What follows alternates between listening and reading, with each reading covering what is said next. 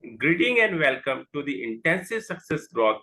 I am your host, Nishant Sharma. Please give to warm welcome our guest, Lloyd. Lloyd is speaker, trainer, coach. Welcome, Lloyd.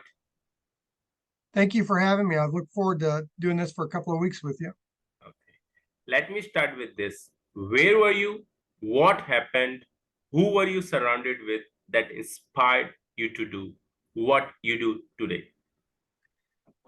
I was selling Amway products when I was in high school, and I walked out of our church, and a local businessman that was a part of a Sunday school class that I was in.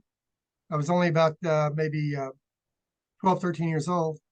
Came up to me and said I was really industrious young man, and that I should come over to his house and he would buy some products from me. And then he's owned a business in town, and he took a little bit of interest in me, and he gave me some tips on how to sell, and that kind of opened my mind up and created the vision and started me on a journey. Wow, amazing. What are the top three reasons why do people fail? Um, the fear of loss is greater than the desire for gain. I think people are afraid of what they're going to lose, not what they're going to get. I think the other reason is people have been raised either by their peer group, by their family, or by the social network that they're a part of, that they are only capable of doing certain things. So, for example, if you told a fish that you're a failure because you can't climb a tree, the fish would never see they're successful at swimming, right? Because they would always think they can't climb a tree. So a lot of times we surround ourselves by people who have a certain vision of us, and we tend to live up to the minimum vision of others that we think have of ourselves. So I think failure is partially due to a lack of action. It's partially due to a lack of belief system, and it's partially due to a willingness to accept where you're at for fear of failing by taking a step and going further. Okay. What's your greatest failure story? What did you learn and how did you recover from it? I don't know that you ever recover from a failure. I think that becomes an emotional scar that you learn from. I've started in several successful businesses. I've lost a couple of the businesses that didn't work. Those were very painful to me. The two businesses that I lost is kind of, and I've lost children. Like I have 7 kids and 6 grandkids. 2 of them have died. One at 4 days old, and one was in his 40s. And that's not a pain that you get over. That's a pain you learn to live with. And I will tell you that losing those 2 businesses was pretty close to the same pain as losing your child. If in fact your business is a representation of who you are. And so anything I've been involved in it because it's an integrated part of my personality. So when those businesses didn't make it, partially because of my youth, partially because of my inexperience in business, partially because of my arrogance, it was very painful. And to this day, when I talk about how I built those businesses up, I have less pride in how I built it up than I do in the disappointment and shame of how I lost the businesses, because they were both avoidable. They were avoidable if I just let my ego get out of the way and made better decisions. Okay. So what are your top three success secrets that other can model from you? Make as many mistakes as you can, as fast as you can, so that you learn from those mistakes and you can speed up the growth process. The hardest thing about any type of success is the willingness to fail. So, for example, if you want to make $100,000 a year, regardless of the business or the industry, it's really just a math problem. Like I'm not very good at math, but I'm good at simple things. So $100,000 a year is $8,333 a month.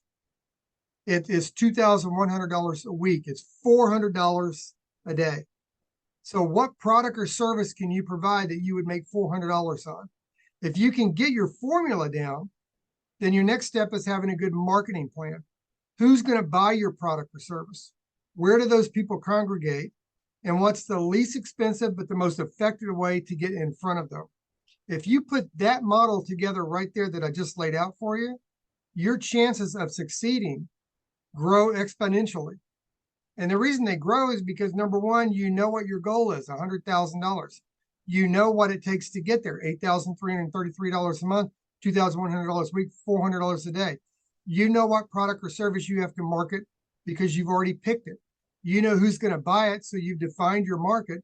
And once you figure out where your market congregates at, then you figure out how to get in front of them. Maybe it's hooking up with great partners like you. Maybe it's hooking up with other small businesses who have expertise in getting in front of them, and then execute. So Dunford from Harvard University said that 70% of all businesses that fail didn't fail because they didn't have a great business plan, and didn't fail because they didn't have a great marketing plan. They failed because they executed poorly. So the way to not execute poorly is to stay in your lane. So I'm a salesman. If the toilet in our house breaks down, if the starter motor in my car breaks down, I don't try and fix it. I'm not a plumber. I'm not an auto mechanic. I hire somebody to handle that, and I stick with what I do. So I believe what Steve Jobs said is absolutely true. He hired people that were smarter than him to tell him what to do. He didn't hire people smarter than him so he could tell them what to do. So look for someone who's smart in an area you're not smart, and then just have enough common sense to listen to them and execute. Okay. So what motivates you within? Fear of failure, fear of disappointing my family, a strong independence of not wanting to be held accountable and dependent on other people. And at this age in my life and this age in my career, a deep desire to give back. So you can go to LlyodLoften.com and click on 15-minute visit, and I'll spend 15 minutes to an hour with anybody and coach them and talk to them about almost anything. So I really believe that when you reach a certain point in your life, it's important to give back. And it's kind of like when you plant a seed, what happens to the seed? For it to grow, it has to die. And when it dies, it has to be watered and nurtured and fertilized. And so that's kind of what you do with your experience, right? Whether your experience has been good or bad, successful or unsuccessful, you can plant that seed into other people, and you can fertilize it and water it and nurture it, put sunshine on it by being available to people, and then you watch that grow. So there is a way when you've gone through your career, there is a way to duplicate yourself and replicate yourself, and that is to give to others. Yes, right. So what's your company motto? Fall forward. Just keep falling forward. Doesn't matter how bad it hurts. If you watch, I'm a big fan of Muhammad Ali and Sugar Ray Leonard, right? And if you watch them, the pundits always talked about how many times people got knocked down, but leaders count how many times they got up. So if you got knocked down 8 times and you only got up 7 times, you lost. But if you got knocked down 8 times and got up 9 times, then you won. So just keep falling forward. No matter what happens, just keep falling forward. Who is your ideal client? Salespeople who either sell virtually or in person, who feel like that they're spending more time having conversations with people that will never buy from them. They spend money on leads with people who don't actually get them in front of their target market. Sales leaders and sales organizations who set quotas for their team, but their teams never hit the quota, yet they're spending an inordinate amount of time getting their team in front of prospects, and those team members don't convert those prospects. And companies who really don't understand or need to delve into what their marketing message is, what their branding is, most salespeople and most organizations, they sell a product or a service, and nobody, absolutely nobody, is interested in your product or service. They're interested in themselves. So, the theory I always give salespeople is, let's say you're buying a car, and you pull into a car dealership. You usually take that car for a test drive, right? So you get in the car before you leave the dealership. You're behind the wheel, maybe the car salesman's sitting next to you. What do you adjust? You adjust the steering wheel, you adjust the radio, the air conditioner, you adjust the seat, you adjust the side view mirrors. What I would submit to you is you adjust the things you use the most in the order you use those things in order to make the car fit you. So I always coach salespeople. I always coach managers and companies. How can you help your prospect adjust your product or service to fit them? If you can figure that out, then you'll make more sales. So that's my ideal client. How do you find your ideal client? 30% giving my stuff away, 30% doing email marketing, and 20% social media marketing, and 10% referrals. Amazing. So how do you handle rejections? I've been married 37 years. I accomplished that 36 years ago. Rejection happens. Get over it. Grow up. Look in the mirror. If you see a highly trained sales professional, this is what I tell salespeople, then that's what your prospects will see. The people that I do business with, they don't know me. My wife of 37 years knows me. My 7 kids knew me. My grandkids know me. Some of my business partners know me, like really know me.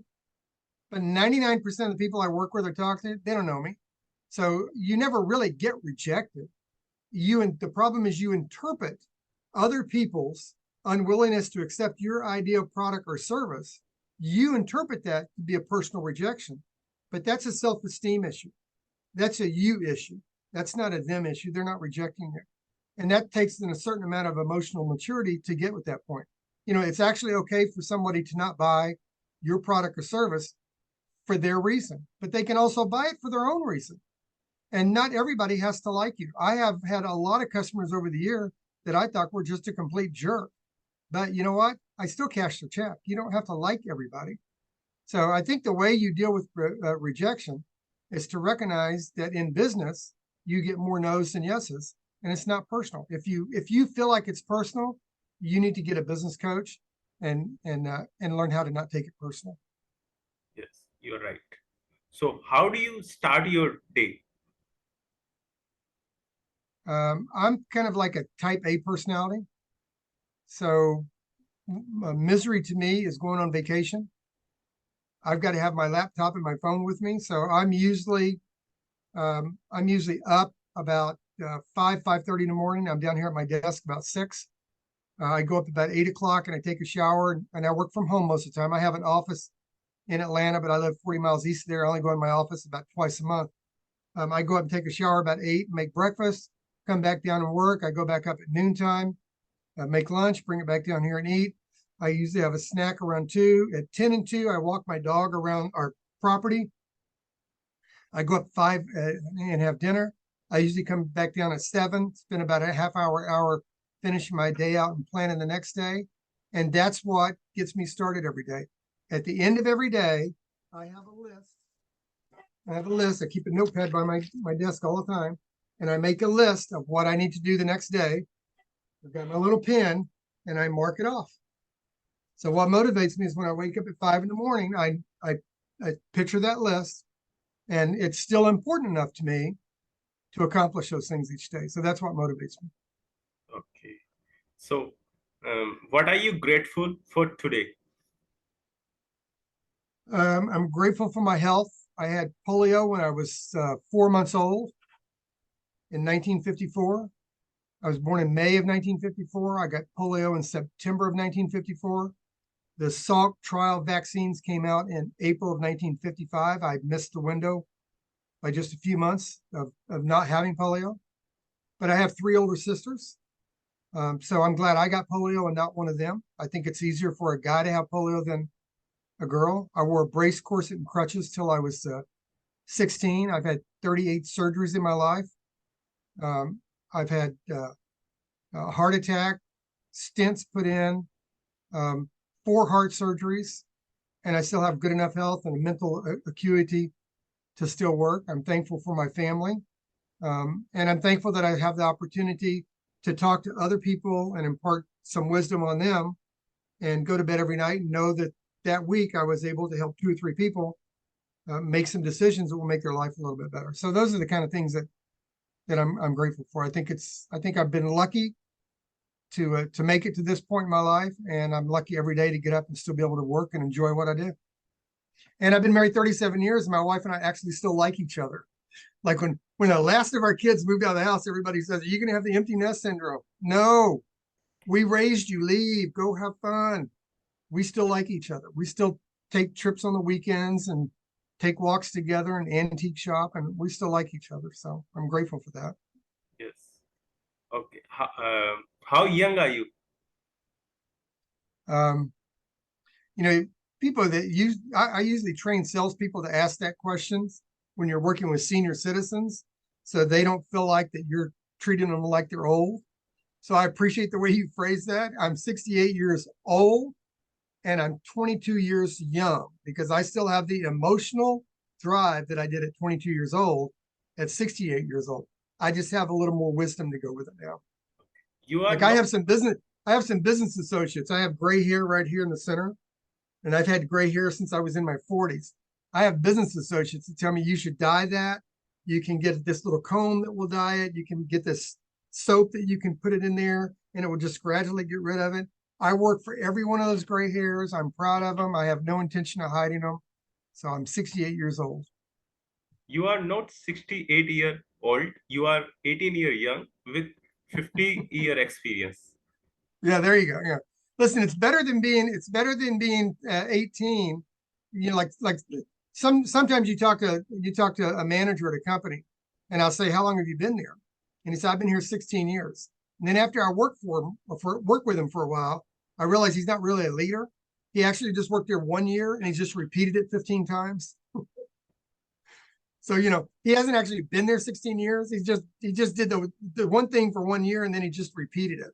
Yes. So, I think that if you're willing and able, if you can set your ego aside long enough to learn something different and new at least once a week, then you can still stay mentally acute and stay in the game. And it's important to me to stay in the game.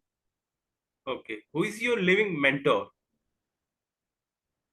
I was raised in the day of W. Clement Stone, who started Combined Insurance Company, and Napoleon Hill and those people. I think the mentors I had were in 2 different areas. I had really great sales managers who taught me to be tough, not take things personal, helped me grow up. And I had really lousy sales managers that were selfish and narcissistic and mean and cruel and greedy. And, when you weigh the 2 of them, I think the really jerks taught me more because they taught me what not to do and who not to be. And so I still think the mentors that I admire are the ones that I was raised with in the business: W. Clement Stone, Napoleon Hill, some of those people. But to be honest with you, my biggest idol and my biggest mentor is my 36-year-old daughter, who had thyroid cancer, had her thyroid removed, and she had cervical cancer. She had to leave. She was a store manager for Prada, very successful, lives in New York. She had to leave her job for all these surgeries, had chemo, all that stuff. And now she's building her own online business. So as painful physically and emotionally as it's been for her, she's my hero because she wakes up every day doing something new in spite of all the pain and disappointments that she's had. And so people like that, pull for me. I had polio when I was 4 months old. So people who go through adversity and come out the other end of it, whether they're rich or poor, in a happy marriage, unhappy marriage, but they continue to fight. Those are the people that I really admire. Yeah. It doesn't take any strength to be up when you're up, right? It doesn't take any positive attitude to be positive when you're wealthy. But when you're down and you're financially struggling and you can still find something positive to do each day and impact other people, that's a real hero. Yeah. It's very inspiring story. It's So, true. so what advice you will give your younger yourself? Um, take more measured risk. Don't take as long to fail. Um, stick with your first decision. Not everybody that gives you advice actually knows what they're talking about. And execute. Just execute. I would tell my 22-year-old self, I hope that you start and fail at 10 businesses before you hit your first successful business. For the worst thing that can happen to any salesperson is on their first call, they make a sale. That's an emotional reward. And in their mind, they actually think that the next call and the next call and the next call, they're going to get a sale. And typically what happens on the next call and the next call and the next call, they fail. And they don't have the emotional scars built up yet to handle the failure. So the problem with striking it big your very first time out is you think that's just the way it's supposed to be. And then when trouble comes along, you don't have the alligator skin to actually deal with it. So that's what I would tell my younger self. How can I support you? Uh, stay my friend and let's stay in contact with each other. Okay. So, what would you like to say about guest experience on this show? I thought you did a great job. I like the way the sign up was. It was very seamless. I like that we could use the LinkedIn connection to do that with. Unlike other places where I've done podcasts before, um, you didn't have me jump through a lot of hoops. The information I gave you about myself was very succinct. Um, and then I got a reply from your system immediately. I was able to push one button and it hit my calendar. And then I got pop-ups in my calendar. And I was able to do a little bit of research on you on LinkedIn, so I could feel comfortable the first time I talked to you. I thought you did a good job. My pleasure. So, what's your final word? Um, this is 2022. I'm in Atlanta, Georgia, and you're in India, right? 20 years ago, this would have never happened. Yes, right. So when I moved into my community, I'm in a country club community here. When I moved in here 12 years ago, there was a board, and I joined the board.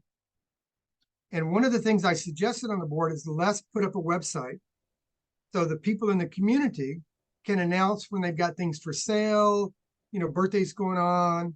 We can just kind of relate with each other. We can tell accidents that happen and stuff like that. And everybody to a person on the board said, no, we don't want to do that. I said, but here's the thing. The community we're in, the boundaries that we're in right here, isn't really our community. Every 520 houses in this neighborhood, they all have family, friends, and relatives, brothers, sisters, aunts, and uncles spread all over the world. Yes, right. So the community is actually everybody that we're connected to in the whole world. It took them 2 years before they decided to sign up with Nextdoor, which now years ago, they asked me to be the administrator on our Nextdoor site to create that community. So the world is the community. What's happening to people in India or South Africa or America is happening everywhere else. It may be happening in a different way. It may be said in a different language. The culture may be different in the way that it's expressed, but the heartaches, the pain, the happiness, the sorrows and the joys are the things we experience all over the world. I love Elon Musk sent some people up in space, right? They were up there for 3 days and they sent pictures back of the Earth. Did you know there was no India or Pakistan or Argentina or Australia or America in that view? It was just the earth. So we're all are just we're all just brothers and sisters on the earth. Get over it. Get over it. Just accept everybody for who they are. Everybody has a right to their own beliefs. And today in 2022, what is this, August 31st at 12:54 in Atlanta, Georgia, you and I are connected. We've now become friends, and people all over the world can listen to this conversation. What's wrong with that? Yes. Thanks, Lloyd, for sharing your wisdom with us on the behalf of our community and team. We really appreciate you. Until the next time, all good wishes to you. You did a good job today.